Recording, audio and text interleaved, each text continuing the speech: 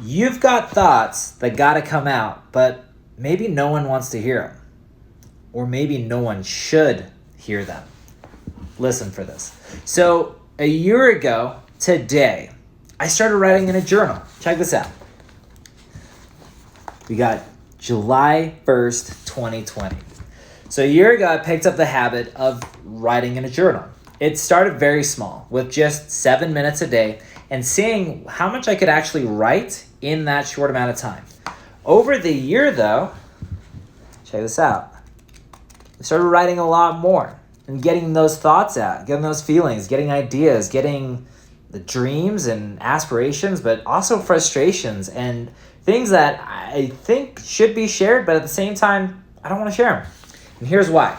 Because a lot of times you try to share something and maybe it's not the right place to share it on social media. Or maybe is it with a spouse or a parent or a friend.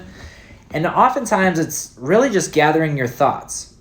It's trying to figure out, what do you actually believe? What do you want to believe? What are you actually frustrated by?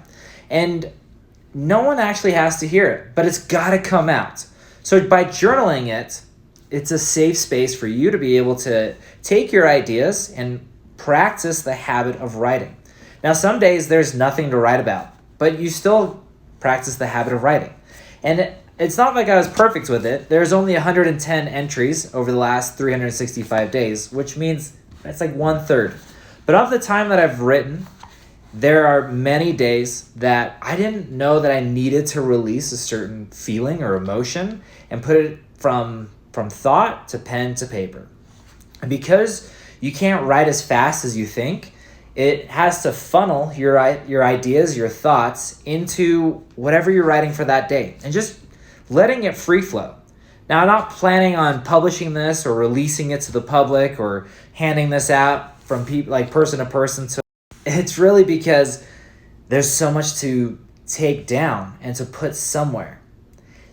Of the days that there's nothing to write, it's a good practice to figure out what to write about because you're getting creative. Of the times that I've done that, it's forced a new habit to think what else I could talk about, which ultimately ends up helping in many other ways, like with recording these lives.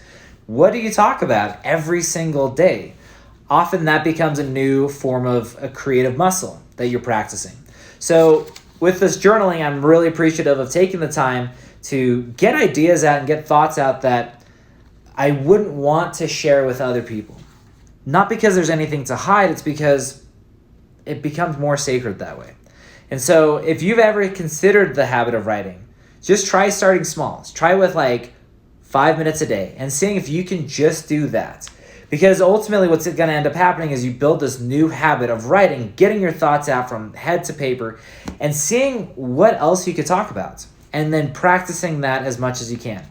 As you start to practice that habit, over time you can start extending it, going from 5 minutes to 10 minutes to 15, 20, 30, and then starting to shape your day around it, where you can see how your creative muscles for the rest of the day have now been triggered. And you can start to, if you're having like hard time getting creative in other ways, practice this and just start small and do it every single day.